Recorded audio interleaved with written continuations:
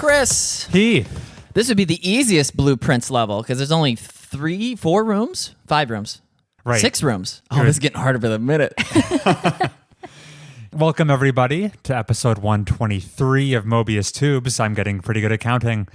Speaking of Mobius Tubes, and following up from last episode's topic, Heath, how is Cosmic Encounter holding up as your pick of your favorite board game of all time?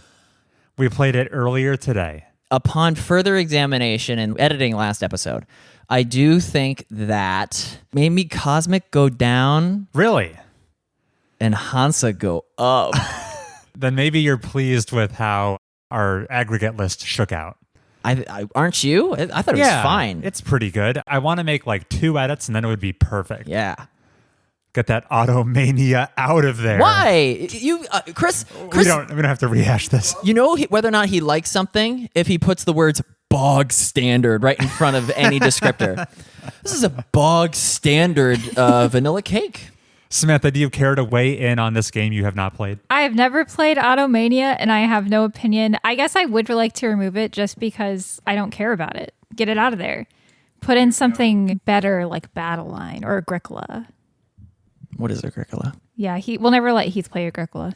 That's probably enough board game talk. For this video game podcast, like I said, this is Mobius Tubes. When is it? We're recording this on May 25th, 2025.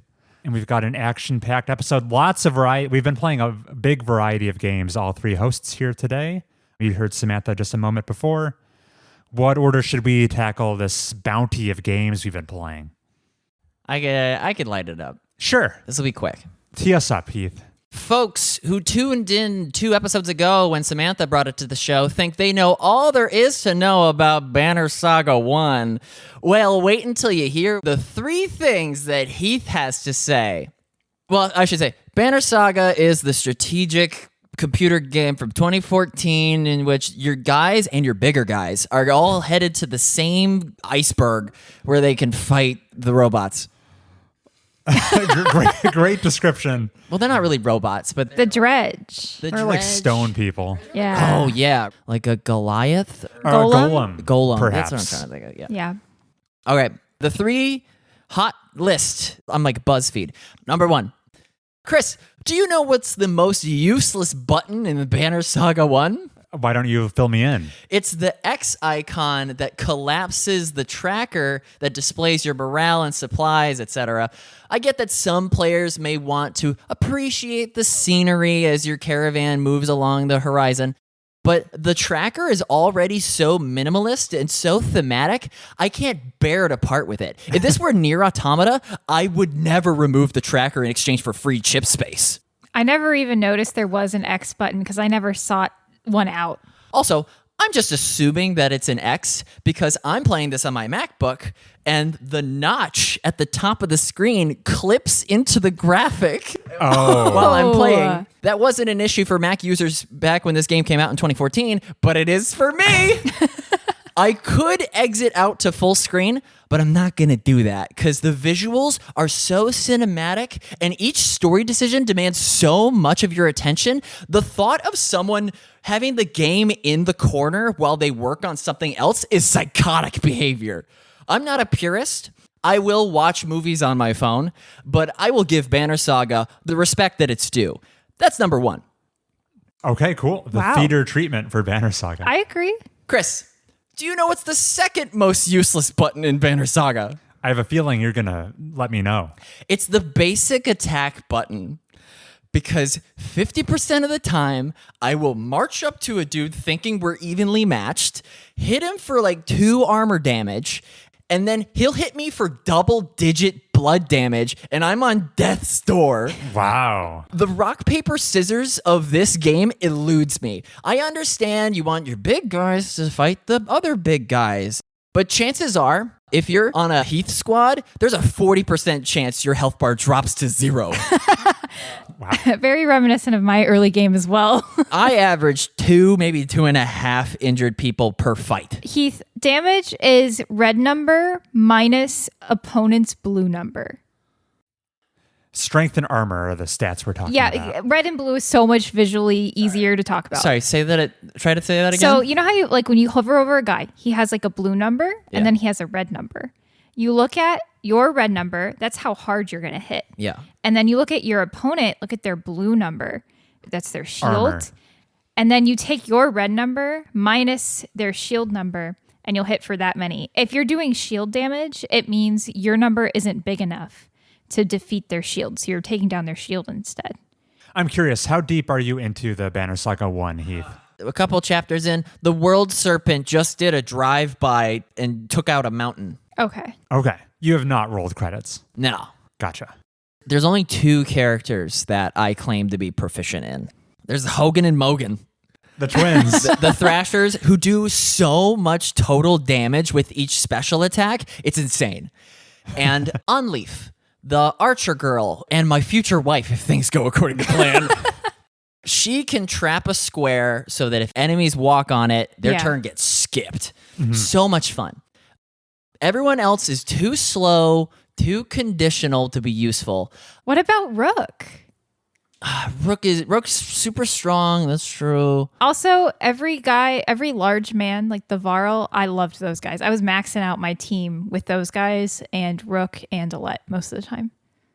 Just because of their buffed up strength values? Big number up. Yeah. I mean, having a lot of strength is very useful. It doubles as your health and your offensive output. Yeah. Also, they're really big. You know what I need, though?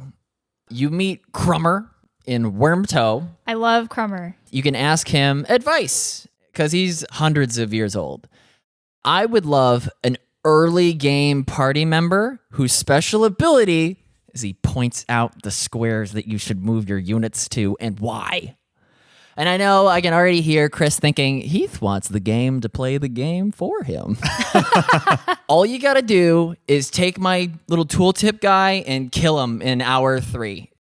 Make a sacrifice, and he'll come back in the 3rd game. That would make for a much more gradual learning curve. Sure. That's my opinion. I struggled in the beginning as well because they kind of just tell you the very bare bones of the combat. And they're like, people have special abilities, and they just kind of throw you to the wolves. Like the first 2 battles are easy, but after that, it's kind of like training wheels off. Yeah, my first real battle after that second baby battle, I almost had all my characters die because it's just Rook and Alette. And I was on death's door with Rook trying to get through that battle. So yeah, I do agree. There should be a little bit more easing into it. How have you been finding the ethical quandary decisions you have to make during your caravanning? Yeah, we left Frostville, and Eichel walks up. Eichel. You'll know him immediately. He's got the red beard, and his eye is twitching. Yeah. And he's like, take us as your prisoner.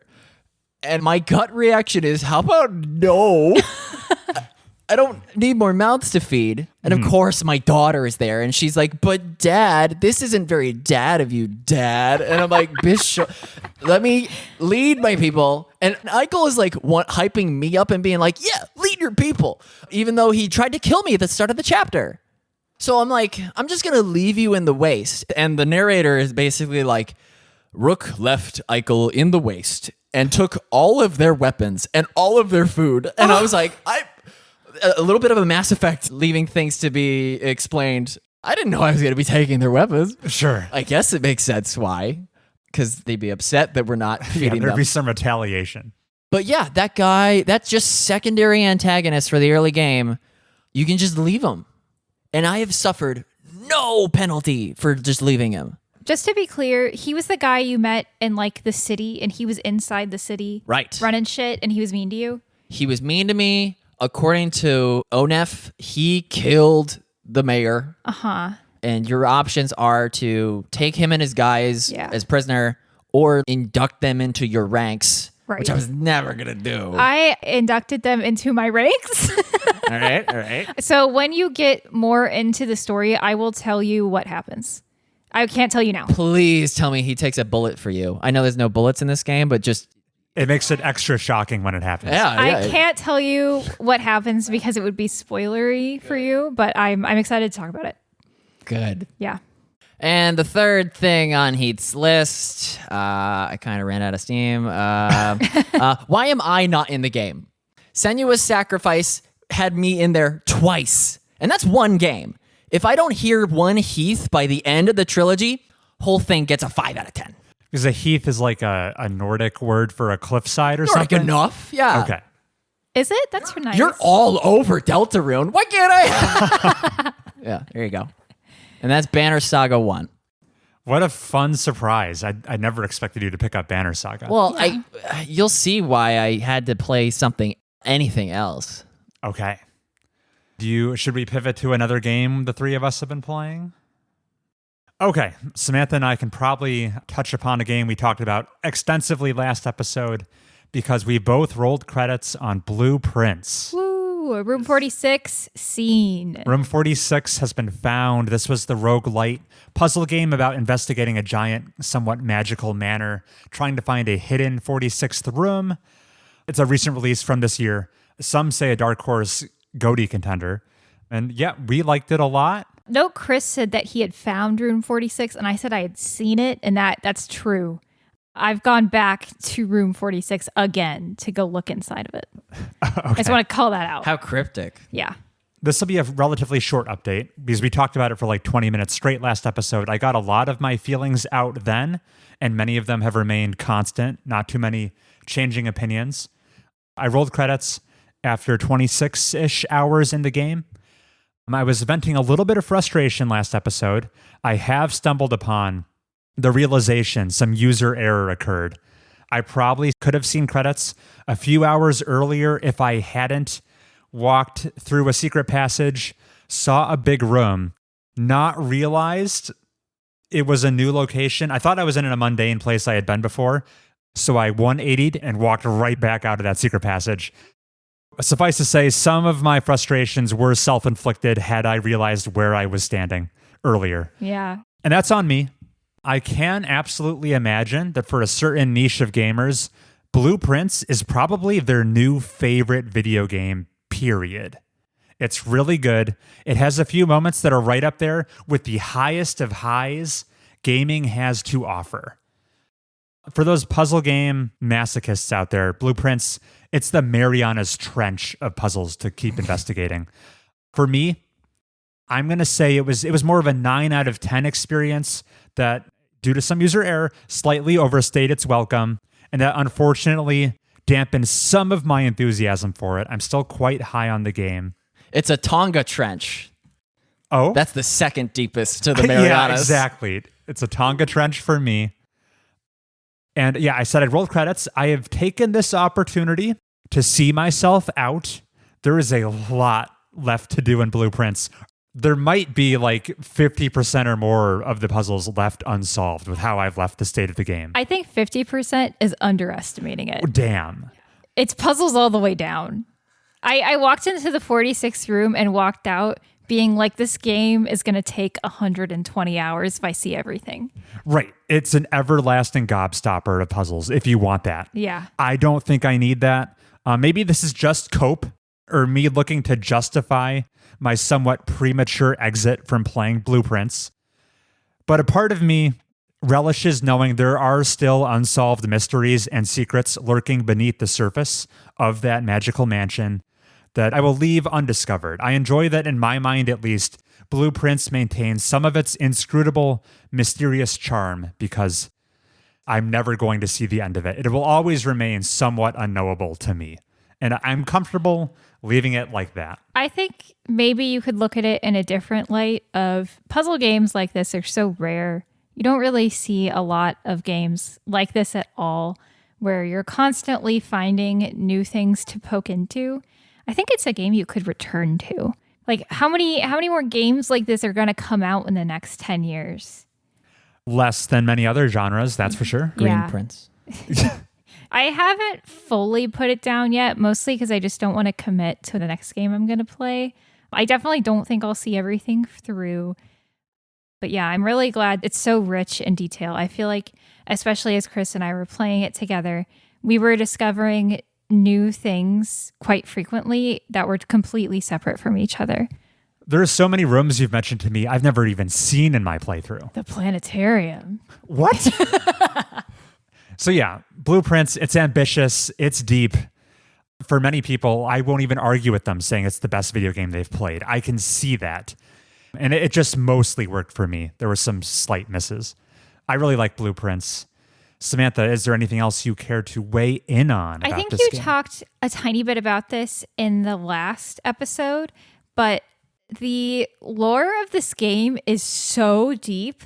There are stats you can look at to see like which room you spent the most time in. And mine is the library where you are actually physically reading books. And I will sit down for 20 minutes and read a book from start to finish because yes, one of the books is probably that long. I read a short story, and upon finishing it, which was a pretty good read, I was like, oh man, I'm still playing Blueprints right now. Yeah, it's like my run is still actively going and I just completely forgot about it because I was in this story.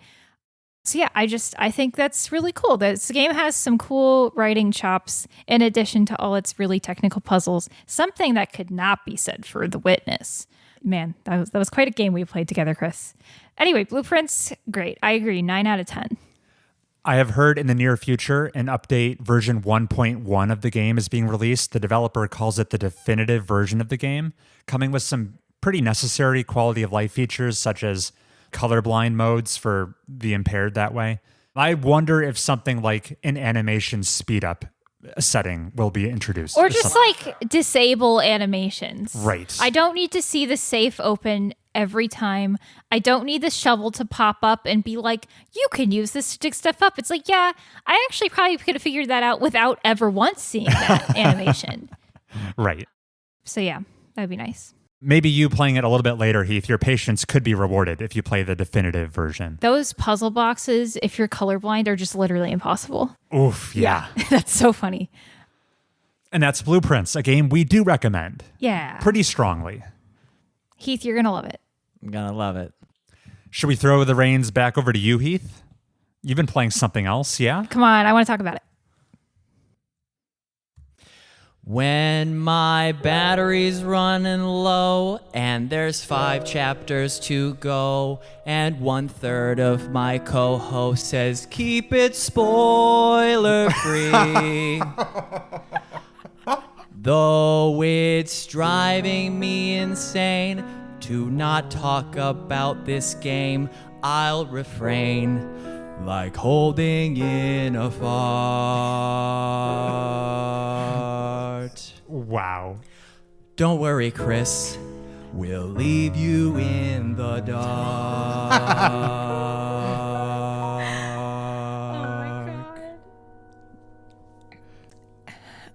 Do you want to Bravo, meet Heath. up without Chris to talk about this game? Because it's killing me. You two can have lunch or something. Yeah. We should, Yeah. Just for the uninformed, what game are you referring to, Heath? Deltarune Chapter 2. So there's nothing that can be said while I am present. Did you in like the room. it? There's plenty that could be said, but I'm not gonna, because if you listen back, we get like a B-. Do I like it? Yeah, I wrote this. If chapters 3 through 7 are as good as chapter 2, we're good. If they ascend to chapter 1/Undertale, even better. You like chapter 1 better than chapter 2? Of course. No, I disagree. Did you play both routes of chapter 2? No. Okay. I'll tell you where I'm at. I am 2 shadow crystals for 2 shadow crystals. Okay, good. Nice. I was considering doing the second route, but that would involve doing everything again. I saved at the right point. I meant to text you to save at a certain point double, but I forgot. I looked up enough to know what the save point is. Yeah.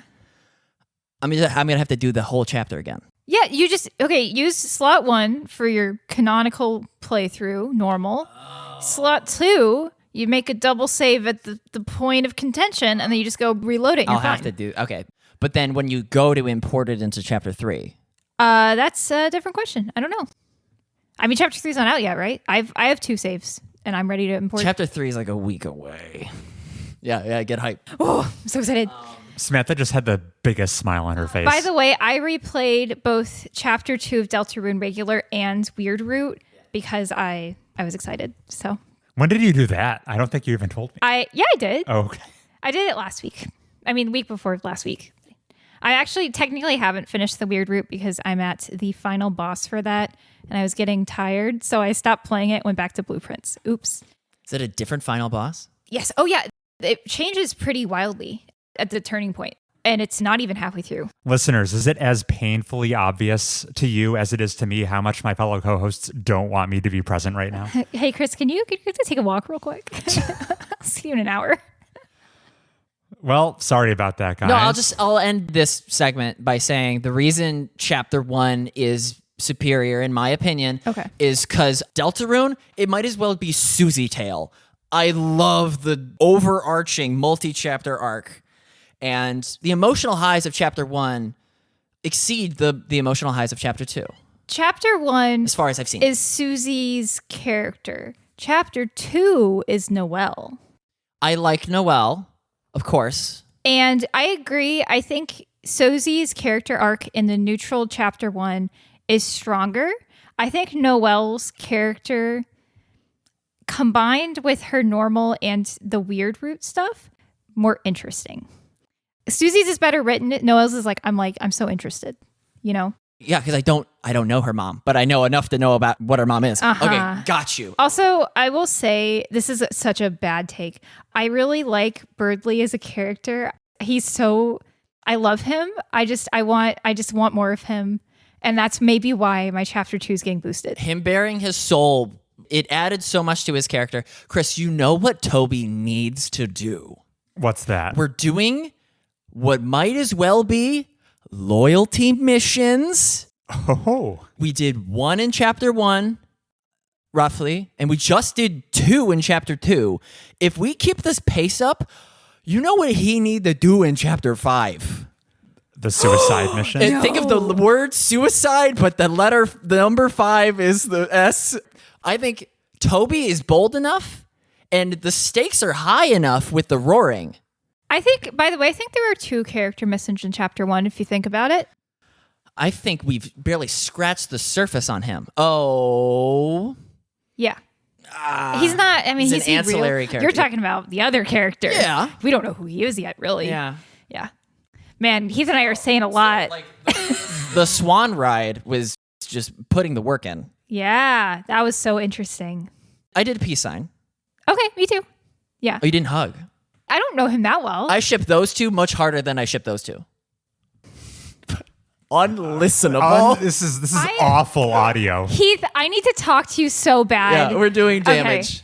Okay. Just cut all of this. I'm looking forward to playing, having the context of Deltarune to decode this conversation later. I have so much to talk about, Heath. Okay, I will shut the lid on Deltarune talk. I know there's so much left unsaid. It makes like a dog sound effect as you shut the lid. Right. So, hey, it's currently May 2025, which means a hot game came out of interest to me. Doom: The Dark Ages came out. Woo. The 3rd game in the most recent Doom rebooted trilogy from id Software. That's of interest to me because we have documented on this very show a couple years ago, I became obsessed with Doom Eternal, the 2nd game. I talked about it for far too long. Heath was quite the trooper listening to it. I'm intending to get to Doom: The Dark Ages, but first I had a homework assignment for myself. Oh, we're not talking about Dark Ages? No, but I had Doom on the brain. In preparation, I thought it would be an interesting experiment to return to Doom 2016, the first game in this rebooted trilogy, because I became so Doom-pilled playing Eternal. I was wondering if I would feel very different about 2016, which I came away more tepid on. The Doom pill is just anabolic steroids. It's just... Yeah, it's gear, actually. Oh.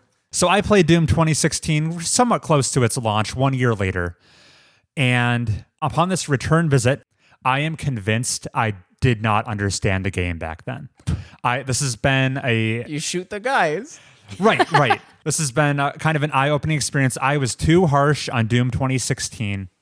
I think I misunderstood the assignment it was presenting me with. It's a first-person shooter, of course, fast-paced. You play as Doom Guy blowing up demons from hell. Nothing too sophisticated. However, the pace of its combat and the mobility and the lack of any cover that was a kind of a paradigm shift for me at the time. I'm used to first-person shooters like Call of Duty, like Halo. You're peeking around corners. You're waiting for your shield to regenerate as you go back into the fray. Much slower pace to combat. Anyone who plays Doom knows it's a very momentum-based combat. But no, I think I was playing it much more cautiously at the time. This is conjecture for me. I don't remember how I was playing it in 2017. But I was having a rough time with it. Eventually, around halfway through the campaign, I was even like, this is kind of skill checking me. I'm going to bump this down from normal to easy just to see it through. Are the difficulty levels you mentioned, does it reprise the 1993 Doom games difficulty levels where it's Can I Play Daddy? It sure does. Are you on Can I Play Daddy? Yes, it's a very infantilizing, Just wanted to make easy sure mode. for the record. All right, continue. And yes, it shows a little guy in a diaper or whatever when you play on easy. This did not dissuade me at the time. I just wanted to keep playing. And now it's a breeze. I'm like, man, normal's a bit too easy, don't you think? I should probably bump this up. So it's so interesting taking all the lessons I learned from Eternal and then retroactively applying them to 2016 and just having this polar opposite experience. It's been a fun experiment. The fact that in Doom, it's just second nature to me. You never stop moving. You never take your hand off the advance button. And I think I was just tiptoeing around maybe in my first playthrough. I have to assume. So I'm much higher in Doom 2016 now. It's a game I am enjoying. Eternal is definitely still my preference, but I think they don't invalidate each other. There will be a segment of the audience for which Doom 2016 is the preferred game, and I'm not even going to say they're wrong about it. Doom 2016 kind of has a greater degree of player expression. When you're in combat, there are more viable solutions to a fight. You get a greater degree of freedom over which guns you're choosing to use. They all kind of can get the job done. So you can just choose your 3 or 4 favorites and mostly stick to those. That's fine. That'll fly in Doom 2016. Where in Doom Eternal, it'll say no. Sorry, player. There are correct answers to how you take down a Mancubus, a Cacodemon, a Hell Knight. You can't just choose your favorite gun. Doom Eternal is much more rigid and exacting. And in return, a much more cognitively taxing game. Resource management, I'm worried about running out of armor and ammo. To the extent where Doom Eternal forces you to cycle your entire arsenal. By necessity, you'll be out of ammo. You just won't be able to use the chain gun any longer if you just rely on it too heavily. So Doom Eternal kind of forces you to engage with the entire suite of mechanics if you even want to have some baseline level of success and proficiency. Where Doom 2016 is by comparison a much more casual experience. Leisurely. Rip and tear at your heart's content. Yeah, at your own pace. I feel smart playing Eternal, where I'm juggling all the cooldowns correctly, and I'm using the Flame Belch to replenish my armor. I leave the sufficient number of low-level grunts in the environment so I can cycle back to them to replenish all my ammo on the really easy glory kill. And these are considerations I don't even have to really make in 2016. It's, I guess, a power fantasy, but Doom Eternal, you have to earn the power fantasy, where 2016, it's presented, the fact that it's presented much more on a silver platter that I'm realizing this time makes it so much more funny that I couldn't hang with 2016 on my first playthrough. I had to put it on easy, and now I'm like, it's a breeze. The Doom guy in like a diaper wasn't like a good enough cue for you? No, apparently that wasn't enough of a cue. So what you're saying is, if you're on the dorm floor and you have Doom Eternal on the screen, and a girl walks in, hey boys, what's up? You quickly just change the game to 2016 so you can style on it and not look like you're not hit the death screen too many times. Right. You won't be drenched in sweat at the end of a combat encounter in 2016 quite the same way. I mean, you'll be drenched in sweat just because there's a girl in the room. Right. And girls really care about your Doom performance. That's what they're looking for. So, pleasant surprise. I hear Doom, the Dark Ages, is perhaps... You have a shield. Yeah, I hear they eased up on the brakes a little bit. It's not quite as rigid as Eternal was. They kind of had a course correction. So interesting things. I am quite pleased to hear each 3 games in this trilogy. None of them were like, let's do it again, but better. These are 3 pretty distinct combat styles from what I've heard. And I'm glad that they can live alongside each other. None of them replace a previous entry. And that's a cool format to take, Id. I like it. And that's my return visit to Doom 2016. It's been quite a lot of fun. mopping up the missing collectibles I was wondering missed. if you were achievement hunting. Yeah, I'm getting some achievements. It's true. He's a sicko. Let's talk about another game. Sorry, I don't have a good transition. Do you have a cooler segue than that? No. Wow, that was so cool. All right. We can talk about the last game Samantha and I have played as of late. What game is that, Samantha? That is Plague Tale Requiem. Requiem. In a sense, was the first sequel. one. Yes. All right. So this is the same Plague Tale game you know and love. We're picking up the story with Amicia and Hugo. It's set in France in the Black Plague times. Dark Ages, medieval France. Yeah. Things are bad. There's a supernatural rat plague going around. Which we talked about the first game back in the fall. Yes. We had a decent time with it. It's kind of funny we're talking about Requiem now. Not an overly long game. However, we started it at the very beginning of March.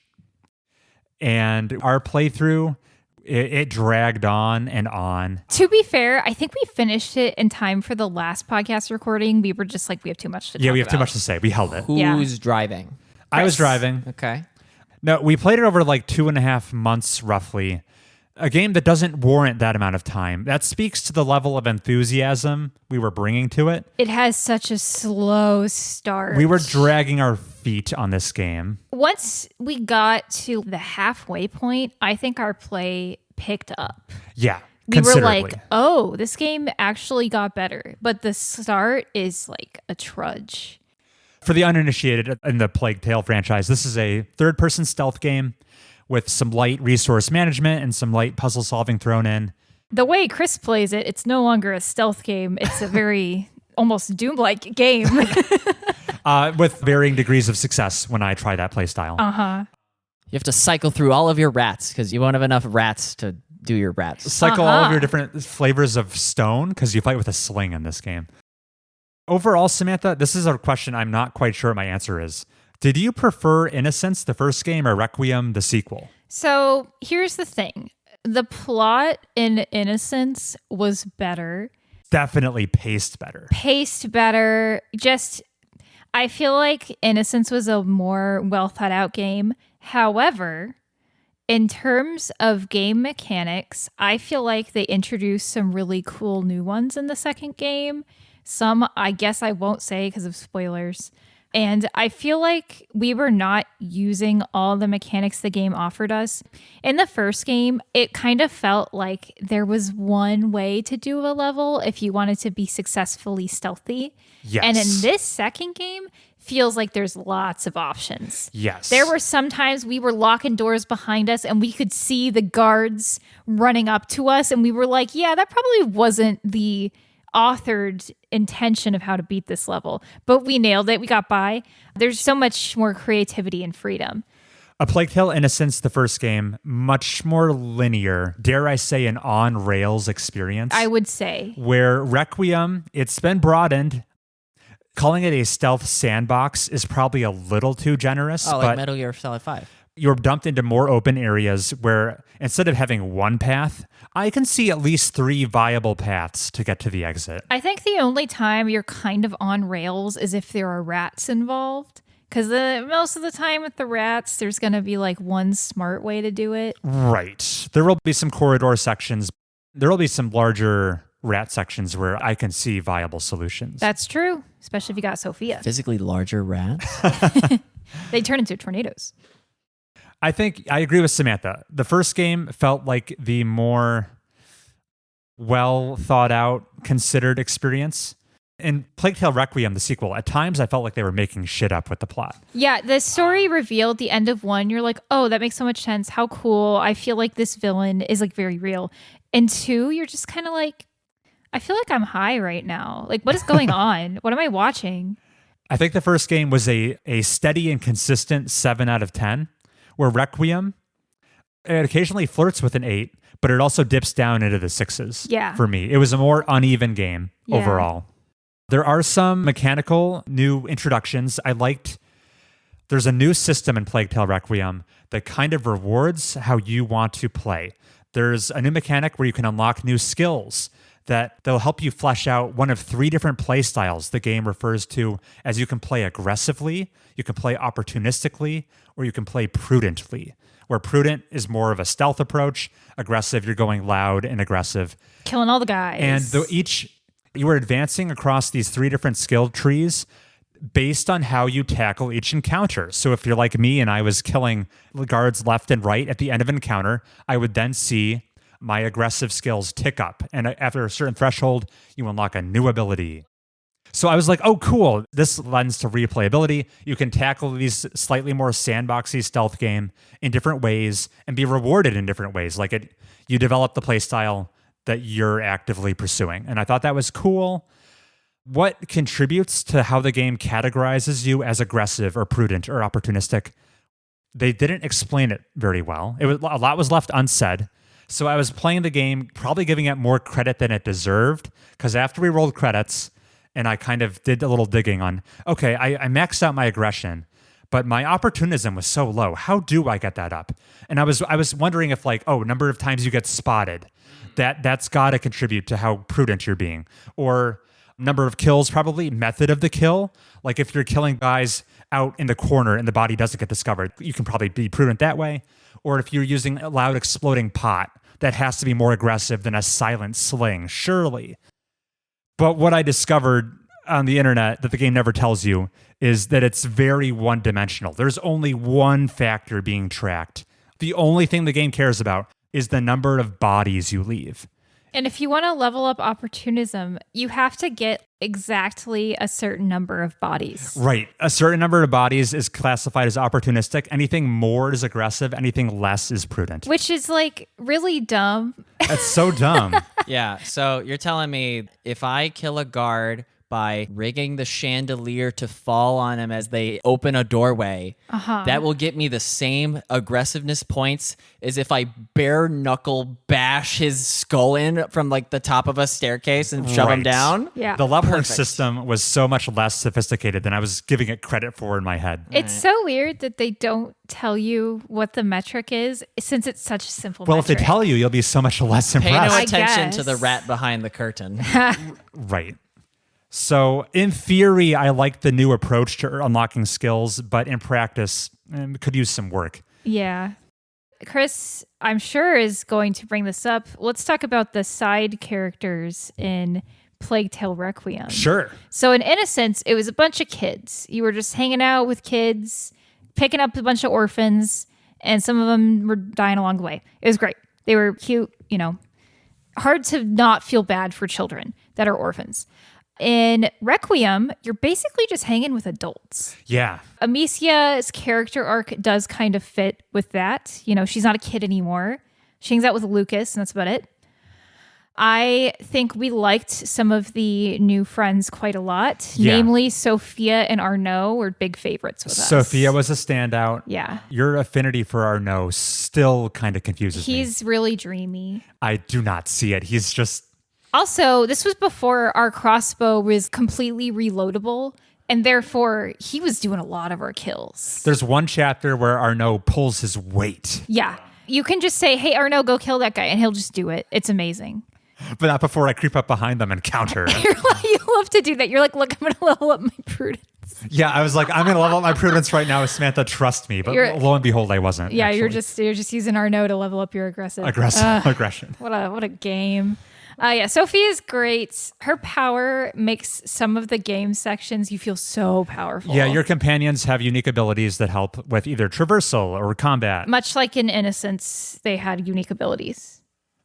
Yeah, the plot ebbed and flowed. I think Requiem, the sequel, it took a while to show its hand. Like the whole first third of the game was like, oh, this is just more of the same. Yeah.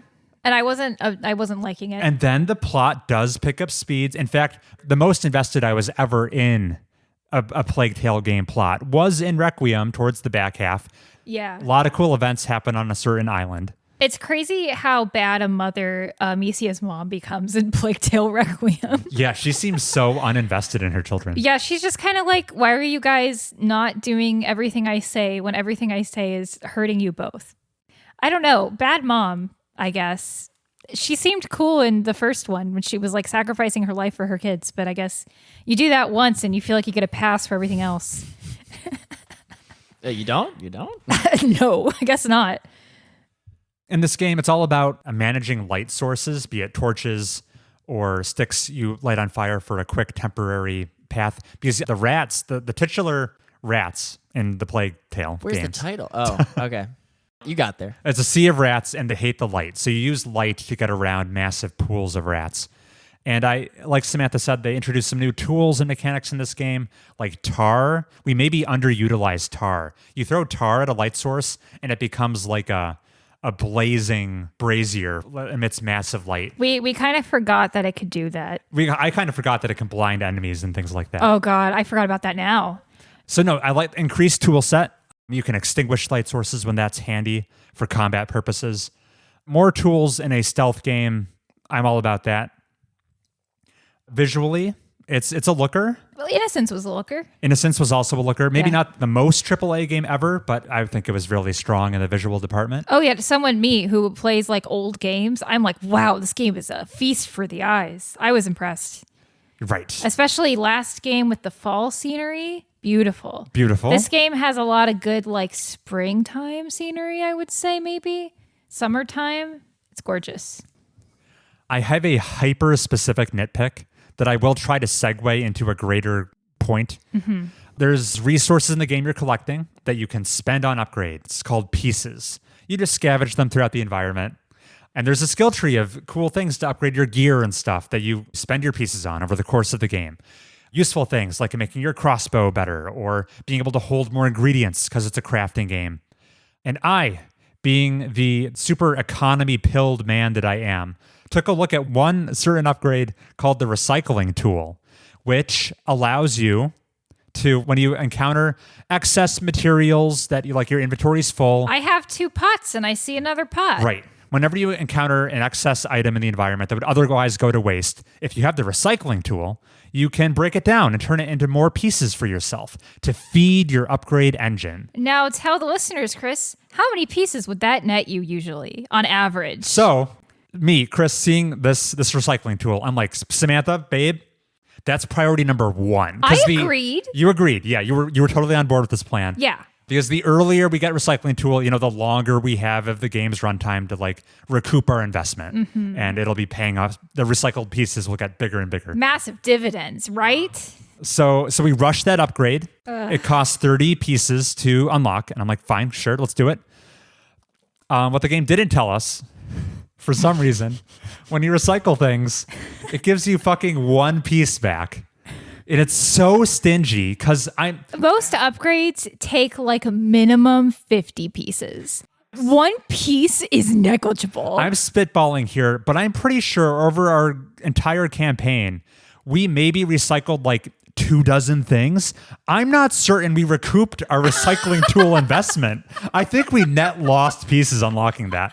And I'm just at a loss, wondering how because we rushed it. It wasn't like a late game thing for us. Also, most of the game, even with this upgrade, we would get to a tool bench, have everything else we needed, like whatever tool is the other thing you need. And we'd be like, no, we don't have 95 pieces yet, so we can't do this upgrade. Pieces were 100% the limiting factor for upgrades and things. It's not like we were swimming in them.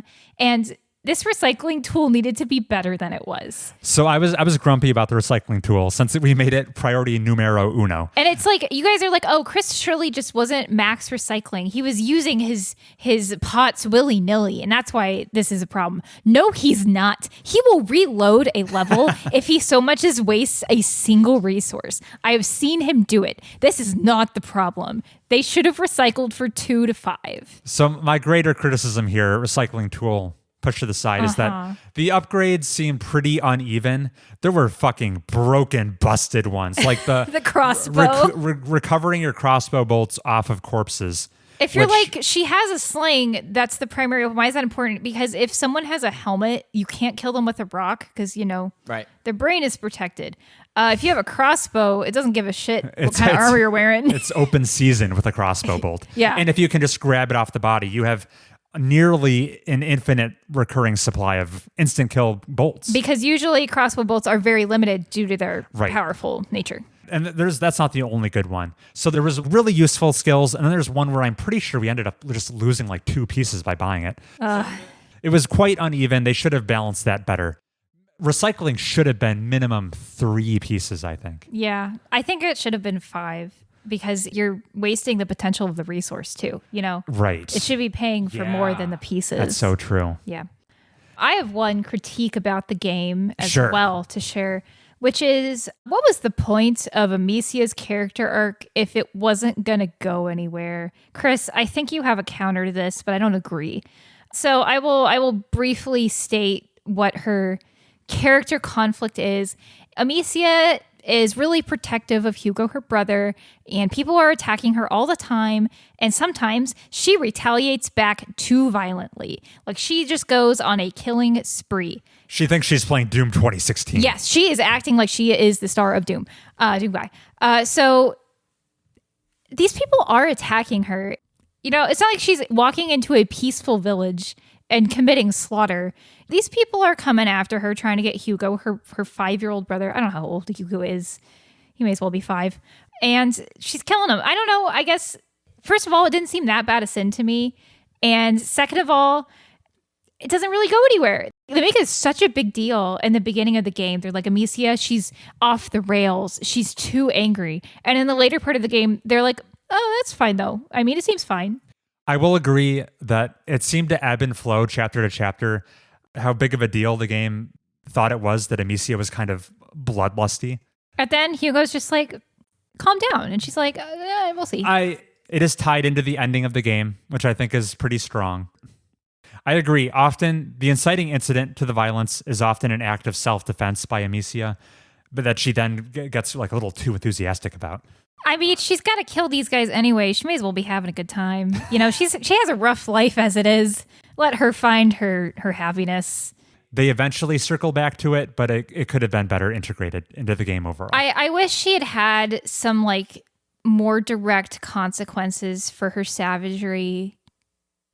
I guess I'm just wishing there was more stuff. At the end, she like kind of saves the day in one aspect using her killing skills. So like, I don't really know what the deal is. Anyway, yeah, writing chops could have been better in a lot of respects. Right. The plot overall was more hit or miss than the first game. Was there even a Requiem? Was there? Characters died. Yeah. No specifics. Yeah, definitely not. So yeah, in a way. Cool. And unless you have more to say, Samantha, that's all I care to mention about A Plague Tale Requiem. It will leave my brain and I will never think about that game again. Yeah, I felt like... So I played Plague Tale Innocence the first game. It was like hyped up to me. Oh, Dark Horse contender for best game of 2019. And like, okay, I'm sold. And then I was underwhelmed by it. And it was fool me once, shame on you. But now I feel like it's fool me twice, shame on me. People did say it was better than Innocence. And I'm like, I guess some of the game mechanics were cooler. It's hard to say it was better. In some ways it was, and in some ways it was inferior. For people listening, being like, those new mechanics you said don't sound that cool. We can't say the coolest one because it's a big spoiler. So whatever. It's really cool though. Yeah. It's a vaccine. Sorry. Oh. Yes, Heath? I was just, what could the secret best mechanic that Sam wouldn't mention? And I was like, oh, they get the vaccine for the plague. And that's Plague Tale. And that's Plague Tale.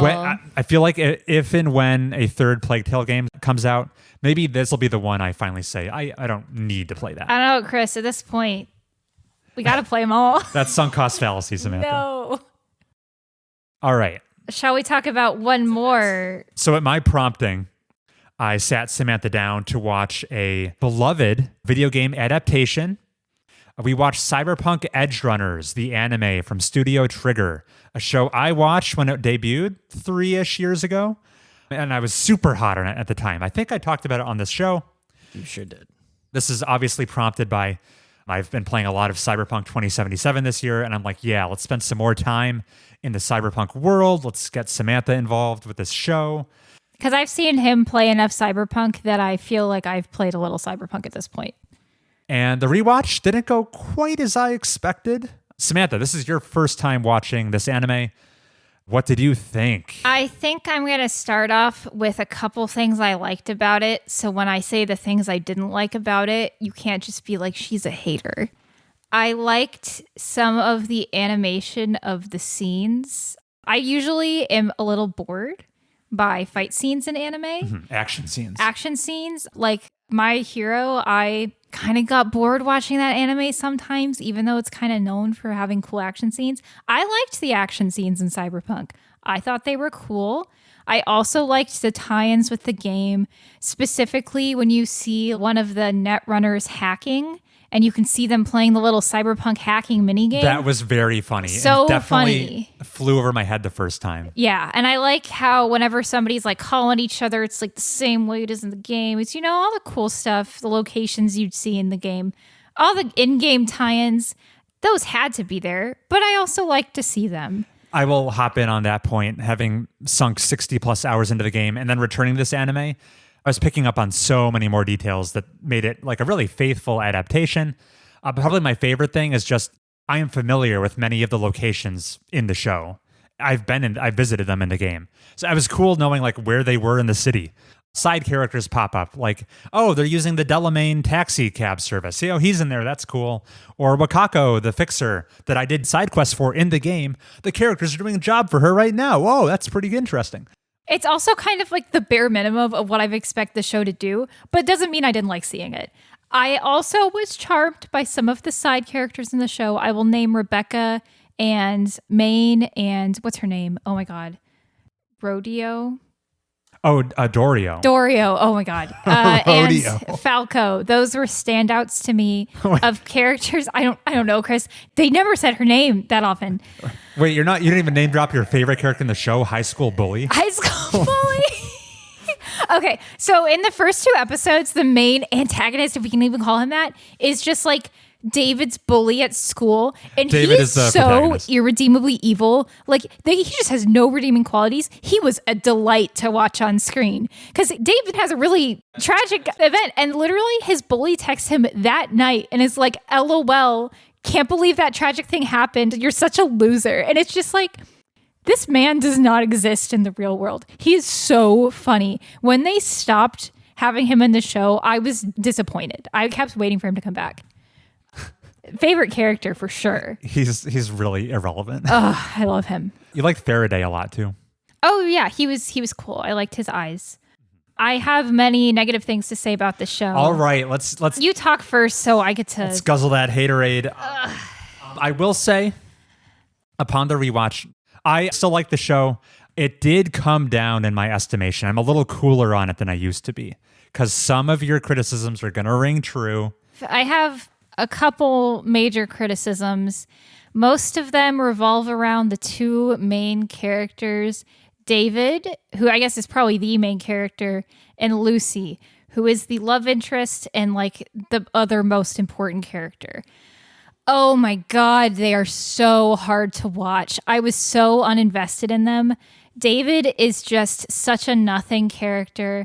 I feel like he's not very bright, even though the show goes through great lengths to tell you that he's intelligent. I have yet to see any evidence of it. Lucy seems not to have any motivation other than being attractive to David. And I say attractive, not attracted to, very intentionally. I just think they are the most 2 nothing characters. This harkens back to a game I played called 999 and the Zero Escape trilogy, where I was delighted with everything in that game except for the 2 main characters because all they did was moon over each other and basically had no other personality traits. I liked Junpei and Akane more than I liked David and Lucy. Wow, that's damning. And I hated those guys. So yeah, they were so uncompelling. Everything David did, I was like, well, that was the stupid thing to do. I don't know why you did that. I hate you now. And then Lucy is like horrible and annoying, and it doesn't matter because David's like, you're so hot. I do anything for you. And I'm like, I'm asleep. I will say upon the rewatch, watching that romantic relationship develop, it was more threadbare than I remembered it being. What threads? Yeah, so I think it's valid that is not a very compelling romance, and yet It is front and center in the show. There's so much screen time. When I just want to see Rebecca and her big hands, and they're like, let's show David and Lucy naked on a couch together for another 2 minutes, and I'm like, just kill me. This leads into my second critique of the show, which is, hey, why are all of the female characters naked on screen all of the time? I saw more of Lucy's and, oh my God, what's her name? The other hot girl. Oh, her name is Kiwi. Kiwi. I saw more naked Kiwi and Lucy than I saw clothed Maine, a other major character. I just felt like it's like, you watch anime and there's fan service. And most of the time you're like, yeah, they got to put it in there for the sickos out there. This was not even, it was like gratuitous is understating it. It was ridiculous how often there was one episode where literally half the show was Lucy being naked. And I was like, who is this even for at this point? You just start to like not see it. It's so bad. How do you expect me to edge to my Edgerunners? It's just like they don't know how to write characters well. And they certainly don't know how to write female characters with any motivation. Definitely failed the Bechdel test. Basically, these women are not people in this show. And then they're just standing around naked. I just think it's really lame. And this show came out way too recently for that to be a problem. Plenty of women play Cyberpunk and like video games and would have liked to watch this show. And I feel like it just kind of shuts down any sort of enjoyment they could get from it. Daria was the one hope you could have for like a different and cool female character. And Rebecca's fine. She definitely serves a certain demographic. I wouldn't say she's Big not there hands for the like guy. hers. She looks like a child and acts like an adult. Oh, so it was. Yeah, there we go. So yeah, Daria was the one hope, and she's not in the show very much. Upon this rewatch, was there much more nudity than I remembered? Yes. Was a lot of that nudity relevant to advancing the plot? No. Also, whenever people are like, oh, but she has to be naked for the plot. Who wrote the plot, guys? They didn't have to write it that way. That's not an excuse. Never is an excuse. Did the, as Samantha said, rather excessive amount of nudity get in the way of my enjoyment? I'll also say no. Yeah, of course it wouldn't. Why did you think it would? Here's what I'll say. Okay. In the world of Cyberpunk, I mean, it's a world that is hyper-sexualized and hyper-commercialized. That's just the setting. The men weren't being sexualized in the same way the women were. If the men were naked, it was like when you see another guy at the gym with really big muscles and no shirt, and you're like, oh, I want to be him. When the women are naked, it's like, oh, I want to have sex. I want to be in her. Yeah, I want to be in her. It's very different. I was saying, in this very specific setting, in this world, I think the degree of nudity gets a bit more of a pass than it would in a different world. Like when I'm playing the game and I'm walking around on the streets and I take my gaze up a little bit to the billboards, I see straight up pornography. That's different. That's totally different. It's very different to see like a naked advertisement to like a character you're supposed to be invested in is just naked all the time. I understand that you're like, well, maybe in that setting she doesn't care as much, but I don't live in the cyberpunk world. I'm trying to get attached to her and she's naked all the time. It just seems like she's there to be a sex object. She doesn't really seem like a person. Yes, I'm talking about Kiwi and Lucy. There is a lot of nudity. I don't feel like much of it was very sexual. Like a lot of the shots are because they're in an ice bath. Yeah, and they're wet and dripping. Where's the, yeah. What are you talking about, Chris? Strategic cube placement. Their tits are all the way out. Nothing averse to the male gaze is shown. It is so for the male enjoyment. You said the nudity didn't bother you, Chris. It bothered me quite a bit, and that is why it's definitely for the male gaze. There's plenty of ways you can show naked female bodies in a neutral way or a female gaze way. A great example of this, I will point out, is Arcane Season 2, which we were mixed on. They introduce a new character who she's like a very powerful woman, and she uses her nudity as like an intimidation factor. Like she gets out of the bath showing her bare body as kind of a way of saying, you can't own me. That is a way to use feminine nudity in like an empowering way. This was just porn. Why is the camera that doesn't exist in Cyberpunk objectifying women as the advertisements in the universe do? That doesn't make any sense. It's like the camera doesn't exist in the world. Sure. I don't think your criticisms are without merit. You can find nearly nude advertisements in today's age, and you look up porn online. I don't walk around naked. That's silly. Sure. I mean, Lucy's not walking around naked. She's in her bed at home naked. She's walking around that apartment naked. She's getting in that bath around her teammates naked all the time.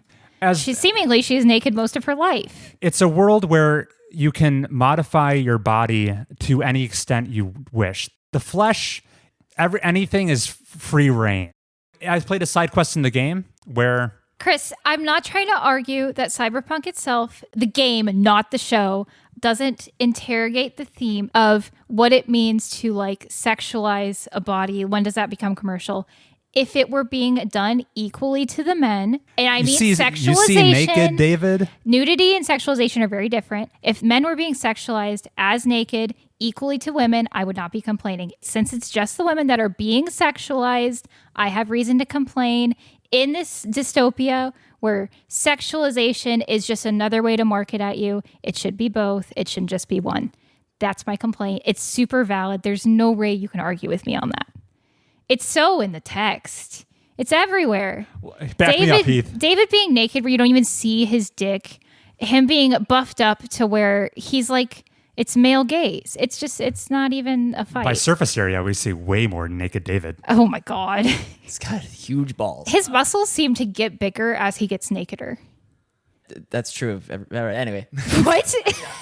His jacket shrinks him. Why do you think okay.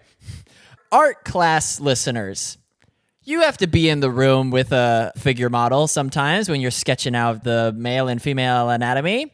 I feel like the text of Cyberpunk Edgerunners is the model itself, stripped bare in all of its gratuity, and then the camera shooting the actual anime is the painter on the canvas looking at the model, right, the source material, and going, yeah, let's do this. And it's a big painting of boobs. Samantha is saying that there's an equally talented artist that could take an equally blank canvas and paint a cyberpunk anime without the same amounts of, oh, fuck, yeah, I gotta get this. Like, I feel like the people who animated and wrote Cyberpunk were like, oh my God, an excuse to have a naked woman on screen all the time. And it makes sense in the universe. This is my dream. And versus like the people who made the game were like, let's explore what a dystopian society would look like when conservatism kind of goes out the window and people are wearing whatever they want outside. And you see a lot more creativity. You see more diverse body types. Just people kind of exploring their like creativity and fashion a lot more. And the show was just like, yeah, all the women just really want to be naked all the time. Isn't that crazy? That's what they always wanted. Wow. Cyberpunk, the game, is a great counterexample to why just because you have a hypersexualized society doesn't mean you have to hypersexualize only the women. I guess I don't think you can reasonably say you disagree. I think you can say you need to educate yourself. The game is more Bechdelian than the show. Yeah. The women are far more gratuitously sexualized, but I don't think you can say there's an absence of sexualization of the men. Look at those body types. That level of muscles is not physically possible to achieve. No, it's not. But like that's how it is in all male character. It's when you put it in there, I'm not like, oh, David's so hot, because he's not. He's so unattractive. It's men want to be him. That's the kind of that's why men always look really big and muscly. Women don't want disproportionate muscles. They want men who are kind. And that is when you write men for the female gaze. David was just a nothing burger of a man with big muscles. Is there another season of this? I hope not. Yeah, anyways, I wouldn't recommend Cyberpunk, the anime, to anyone with eyes. Beloved show, near universal acclaim. Rewatch did slightly sour it, in my opinion. You agreed with both of my critiques. To varying degrees, yeah. To varying degrees, yeah. It shocks me how high this one is on my anime list. I'm calling them a bunch of gooners. Probably gonna have to cut that. I see no reason to cut that. No, that's funny. That's funny. I just can't imagine why somebody would like this show a lot. Like, There's likable parts. Also, David's character arc was so strange. He's so stupid. That's the only reason I can think of his character arc ending the way he did. He says a line at the end where he's like, I just want to do right by X person that's dead and X person that's dead. And you look at what he's doing and what he's done, and you're like, no, I think they would both hate A, what you've done, and B, what you're about to do in their name. So I don't really understand the words that are coming out of your mouth right now, David. A lot of the time I was thinking that when he was talking. What a bad character. Man, I just did not like David. Yeah, I dislike David much more on this rewatch. I think my affinity for David was riding the coattails of massive sympathy for David established in episode 1 and 2, and he just rode that until the credits. But now seeing the decisions he makes, far less sympathetic for him. And if you're like, oh, it's because of his trauma, he was making bad decisions. There's like a several year time skip at some point. He could have made better choices. It was possible. And that was Cyberpunk Edgerunners. Chris, is there a mixed bag? Is there a game, TV show that doesn't suck? Arcane, if you end at season 1. Yeah. Oh, that's true. There we go. And when we come back, listeners, Heath is going to mention a news headline, and then that'll be it. We'll see you then.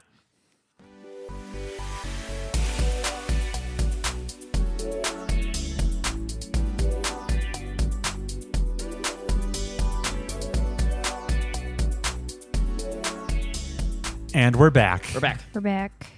Heath, I hear you have some news for us. Chris, guess what? What? Fortnite is back on the App Store. Right. Oh, things have changed since we last talked about that. That was the biggest story of like 2023. Earlier? Even earlier. Wow. Do you know when Fortnite was taken off the Apple App Store? In episode 50? I don't know. It originally was removed from the App Store due to the legal battle between Epic and Apple. It was removed in 2020, 5 years ago. Wow. It's just been gone. Okay, and now it's back. And now it's back. End of an era. Epic was claiming that Apple, with their like closed garden, the only way to purchase an app on an iPhone is through the App Store. There's no other means. So they argued it was monopolistic. And we're mostly told no by the courts. They had like a very small W, where now I think Apple, previously, any developer who wanted to like include information in the app of how you could like go to this link in a browser and make a purchase outside of the Apple ecosystem through the internet somewhere else. Apple cracked down on that. They wouldn't even allow you to inform the consumer that there were other ways of transacting even existed. And now I don't think Apple's allowed to do that. As they shouldn't be. Yeah, probably for the best. Yeah. We did it, kids. We got the dub for the consumers, and also you can spend your V-Bucks at your heart's content on your iPhone 16. Don't purchase things on mobile games. Just take your mom's credit card. No. It was pretty crazy how Epic was willing to be this martyr for 5 years straight. Just their biggest cash cow not on the Apple ecosystem of mobile devices. I guess they were just so certain of the conclusion of the case. I bet Apple made it as painful as possible. I don't think they knew it was going to be 5 years. Yeah, I think there was a lot of animosity. Yeah. But at that point, I mean, you gotta stick it to them, you know? Yeah. I'm glad you brought it up, Heath, so we have closure on that story. Hey, that's not all we have for the listeners, because we have an email. What? Just a short, feel-good one. This comes from Thomas K. Very cool. Hey, you were right last time. This must be about me. I have been listening for years, and Mobius Tubes is one of my favorite podcasts.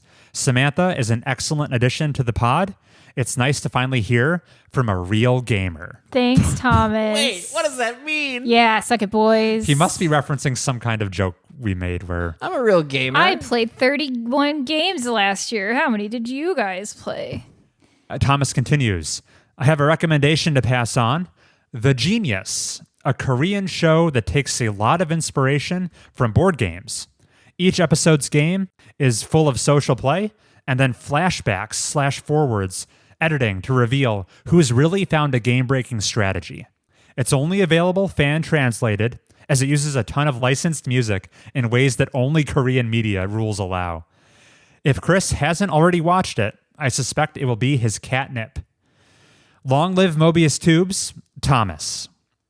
Thomas has written in before. He's the one who recommended The Hand with Many Fingers. Yeah, he did. Yeah. I trust his opinion very much so. So recurring listener, Thomas, always great to hear from you. I have not tuned into the genius. You're right. It does. Samantha and I looked up like a promotional video, trailer for it, and it seemed pretty appealing. I liked the very confusing introduction in the trailer of the gemstone economy. I was already lost in this trailer. I was like, why are you guys getting into the technicalities of this economy right now? I'm so down to watch it. I used to be a big fan of Big Brother, so I love this kind of stuff.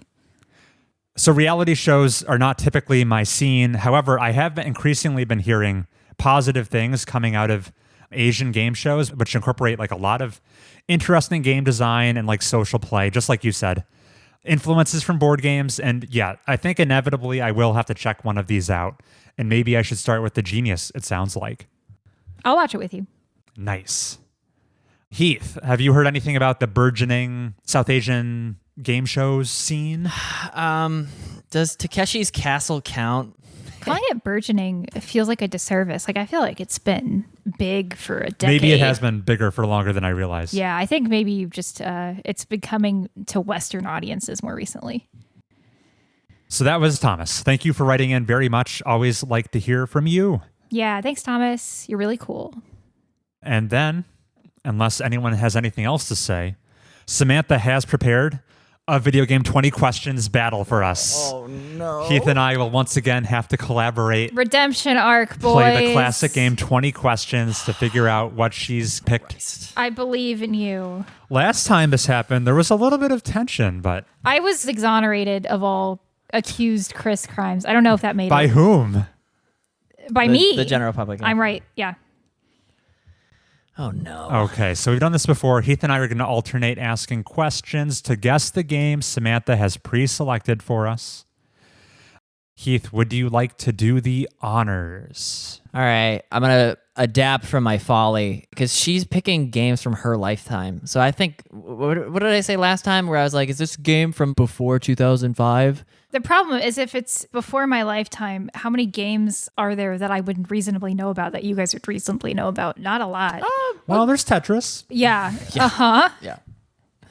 So, Chris, let's, hell, I'm going to say Viva Pinata came out in 2007. So let's just say. I think that's not accurate. Yeah, 2007. In the 360 era. All right. It's hey, not guys, gonna it's be, not Viva Pinata. It's not Viva Pinata It's this a time. sequel. I think it came out in 06. Which some have called the 07 of the odds. Chris and Heath are taking the odd approach of 20 questions of fighting the teammate instead of We're not fighting, we're collaborating. Here's question number 1. Samantha, did this game come out in the year 2007 or later? Yes. All right. We nailed it. Nice. Let's cut that window in half, perhaps. Samantha, did this game come out in the year 2017 or later? No. Okay. So it's 2007 to 2016. And you're going to tell me to narrow it down one more time. That's up to you. Oh, Chris. Are you keeping track of our questions, Samantha? I will now. Okay. 2 questions. Can I do... Do whatever you want. Samantha, did this launch as a console exclusive? No. Okay, multi-platform game Everyone can play. that was around during the 360 and the PlayStation 3. PS4 era. I am the date guy. Let's get a little more specific on the date again. A little more specific. Chop it up. Samantha, did this game come out in 2011 or later? No. Okay, so it's between 2007, 2007 and 2010. 2010. So we are firmly in the Xbox 360 era Yeah. and PS3. It could be Luigi's Mansion. It could be a Wii game. Did Luigi's Mansion GameCube. launch across... It Nope, didn't... it was a GameCube. Yeah, launch it title. was Yeah. exclusive. Okay. This is a multi-platform game. Yeah, okay. This is like Call of Duty. I was this looking is like at Assassin's Nintendo Creed. putting Luigi on a PS3 3 before on a Wii, whatever. Give it time. Question number 4. 5. 5. Samantha, do you play as a human being for the majority of the runtime? Yeah. Okay, an affirmative response. Samantha, is this game, would you lump it into any of these genres? Question 6. Is it some kind of a shooter, an RPG, or a puzzle game? No. No. For listeners at home, I always defer to what Wikipedia says is the genre because genre questions are my least favorite. And they're my most favorite. I feel like genres are so subjective. Heath, question 7. Heath, question 7. All right, we have an Xbox 360, PS3 era multi-platform game. Play as a human, not an RPG, not a puzzle game, not a shooter. Samantha, in this game, is there a on-screen currency I manage? Can you define manage? Through my actions, I can make my wealth go up or down. Yes. There's currency in this game. Okay, cool. And it's on screen. Did I mention that? Yeah, on screen. I'm like, are you going to a bank or is it like, I don't know. I'm going to narrow down the release window a little bit more for my own benefit. Samantha, did this game come out in 2008, 2009, or 2010? No. It's a 2007 game? It's an 06-07 game. It's an 06-07 game. One of those. What makes you say it's 06? Oh. Yeah, you're right. It is just 07. Yeah. I thought that was a bold question. Yeah, my question was a happy Yeah, accident. you tried to split the difference. And it failed. But I lucked out anyway. Yeah, you cornered him. This is an 07 game I could play on my 360. Multi-platform. Or my PS3. Probably. Or my Wii. Your Wii. 2007 was a good year for games. Lots of things came out. The first Assassin's Creed was that year. The first Mass Effect was that year, but that's an RPG, so that's cut out. Yeah. The Orange Box came out that year. What game in Orange Box would have currency that you'd manage? Right, currency to manage. Super Mario Galaxy. Super Mario Galaxy, known to have released on multiple platforms. All right, maybe not that one. Don't listen to that. We don't need help. We've got this. Question 9's coming in hot. Mm-hmm. Samantha. Well, it's Samantha, right? So this is E for everyone or E 10 and up? Not necessarily. I try to pick games I feel like you would both know and I can answer a lot of questions about. I think Super Paper Mario came out that year, but that's a platform exclusive, so it's strike it from the list. You guys love saying Mario games for this platform non-exclusive. No, that's not true. I mentioned a Luigi game. Totally different. Samantha, question 9. Mm-hmm. Coming in scalding. Yeah, it's so hot, Heath won't even get it out of his mouth. Ooh, it's burning me. I was about to ask if you can go to outer space. That's too... You could ask if it's fantasy or sci-fi. So few. Can my player character do magic? I'm refunding you the question. I always do this. Ambiguous. I always get... Yeah, okay. Good on you. I don't want to get into it. That's much better than giving false info. Yeah. Yeah. Okay. Refund received. Okay. You should go again, Heath. What would rule out different flavors of combat? We don't even know if it has combat. We know it's not a shooter. Not a shooter. Not an RPG. That leaves Fruit Ninja. I mean, it could be sports and racing are on the table. Also, like the huge nebulous categorization of, it's action adventure, which is everything from Uncharted to Breath of the Wild, apparently. In 2007, that'd be Ocarina of Time? No. That would be Majora's Mask. Samantha, is there time travel in the story? No. Darn, dude. Majora's Mask wasn't in 2007? That's an N64 game, my guy. Also, what else were you trying to narrow down there besides Majora's Mask?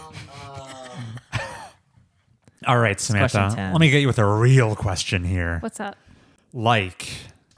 Was this game developed in the United States? Oh, I forgot to Google that, so we're going to find out together. Is this game tariff-free? Don't ask me that. No. Developer not in America. I think that's more helpful than not. Name a non-Japanese. So we're looking at Europe. Canada is also on the table. Oh, Europe and Canada. Heath forgot about the whole of Europe. So a lot of Ubisoft games, are Canada and Europe. IDOS. Yeah. Deus Ex. She would never mention Deus Ex. I've seen it. Witcher is an library. RPG that came out that year, but that's so it's excluded because it's an RPG, and that came in. UB Games. It came from Poland. Rabbids came out in 2007. A Rabbids game, huh? This is why I could never be on the other side of this, because I'm like, who developed any game? I have no idea, unless it's Spike Chunsoft. I mean, we could burn the question checking Japan. I leave that to you. Question 11 is... Yeah, you did ask about the time travel question. Hey, Heath is not your enemy, Chris. Need I remind you again? Yeah, we're collaborating, Samantha. Mm-hmm. Question 11. Give me a rundown. This is a 2007, outside of the U.S., potentially action, potentially... Well, don't even say that. We could narrow down genre more. We don't know if there's combat. It could be a non-violent game. But yeah, it's multi-platform, outside of U.S., no shooting. No magic. No RPG. Maybe magic. Yeah, magic question mark. Sorry, name every genre that's not shooter puzzle. It could be... it could be like a melee-focused game. So we could check action-adventure. You could ask... Like Fable? Right. Yeah, Fable might... I don't know how Wikipedia would classify Fable. That's an action-adventure game. Probably closer to that than RPG. When in doubt, a game is an action-adventure game. Yeah. Yeah. If we ask if it's action-adventure, we're hoping to hear no. Yeah. Because that doesn't tell us very much. It basically tells you to stop asking genre questions. I mean, it could be a strategy game. It has resources. Oh my to God, manage. you're totally right. You know what was developed in 2007? What? Samantha. If you ask the genre, do more than just strategy so we cover more bases. What's a fun way of saying, does it have fire in the title? Heath, be more general. Samantha, am I moving units on a grid? Is that your final question? Yeah. Ask about strategy. Just Am I moving units on a grid? Heath is my enemy. No. Darn. I would love to know if it was some other type of strategy game, but we don't know that. Hey, Chris, it's your question. She wouldn't bother if it was any other strategy game. Why not? Name another strategy game that doesn't move units on a grid. All right, Samantha, I'll do what Heath would not. It's question 12. Is this game, would it fall under one of these genre categories? Is it a strategy game or an action-adventure game? Yes. What are other strategy games aside from like Age of Empires? We don't know if it's a strategy game. Okay, so run me through all the action-adventure games. Fable, Assassin's Creed, Hitman. I know you were reluctant to ask this question, but we could inquire about perspective, like if it's a third-person camera view. Yeah, okay. Samantha, do you control your player character via third person? Yes. So it's not strategy. And we know you play as a human. Who manages money? There's some resources to manage. How many questions are we up to? That was your 13th question. Okay, multi-platform 07 game. Samantha, was this game developed in either Canada or Europe? Yes. Okay, Japan is off the table. It is a... Kind of silly not to just ask Japan at that point. Don't listen to her. You say I could have saved some syllables? Or... Worried about a Chinese game? Love us all around. Okay. Question 15. Assassin's Creed is on the table. You play as a human. You play as pre-Ezio. There's time travel in that. No. You play as Desmond. You play as Ezio. But that's just happening in real time on a simulation. Oh my God. You think she would nitpick me that there's no time travel? You just play across multiple eras? It's just a simulation. Do your actions in the past affect the future? They do not. What's the point of the Assassin's Creed games? You're gathering information from the past or whatever. But if it's not the real past, you're not really gathering information. It's the real past. Man, I don't understand Assassin's Creed plot. It's a simulation of the real past. But just because you change things in a computer somewhere doesn't make reality change. How do you know if you can make a simulation accurate to the past? Why do you need some guy to go and find out more information? It's in the computer. Because in order to tap into the past, you need his ancestors' DNA. Oh my God. What European games would she have been exposed to in 2007? If you don't, I'm going to be asking the combat question. Am I really going to ask, are you swinging a sword? I would ask about combat more generally, maybe. What are we trying to rule out? Games without combat, I would presume. That's what we're presupposing, though, is that it is like an Assassin's Creed or something like that, right? Right. Samantha, is it the player's job to kill people? I feel like that question is worded strangely. I'm going to gently ask you to word the question in a different way. What video game characters aren't employed generally? Hitman was, Ezio was. Yeah. Maybe ask if Oh my God. you do a lot of combat in this game. And she says yes. What do we gain? We know It that rules out. Chris, you need to come up with action adventure games that don't have combat for Heath to ask that question. that's fair. Harry Potter. Harry Potter's got combat. That's right. There's Lego? there's ambiguous magic in this game. Yeah, I guess almost all action adventure games have combat. You have a point, Heath. Is Lego made in London? I don't know for sure. Those trailers are always like Peggy 18. Oh, Lego Star Wars came out this year. I did it. And then do you do magic in that game? It's your job to kill people. The Ewoks just...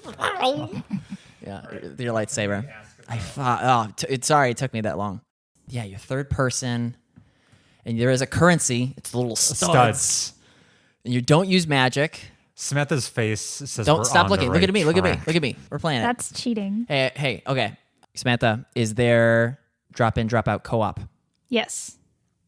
All right, Samantha, can you swing a lightsaber in this game? Yeah. All right, I'll do the honors. Yeah, Samantha, is this Lego Star Wars? Yes, it is the complete saga. Hey, Oh, you saved it, though. you saved it. Heath, you absolutely... You're the one who mentioned Lego games. Yeah, Heath, it was absolutely all you.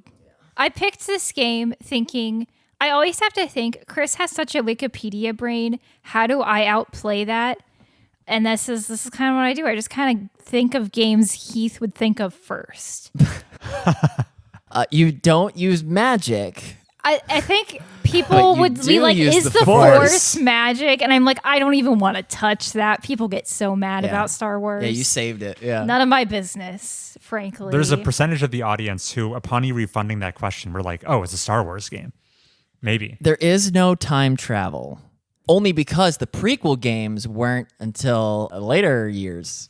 That's the complete saga is the one with everything in it. Oh, this was the complete saga. Yeah. I was Oh. wondering if you guys were gonna have trouble with that because it's technically they came out earlier and then this was the re-release with everything, but who cares?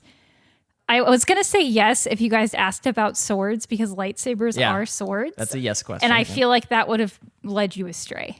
That's funny. They're swords. Yeah, thank goodness you didn't ask if you're swinging swords in this game.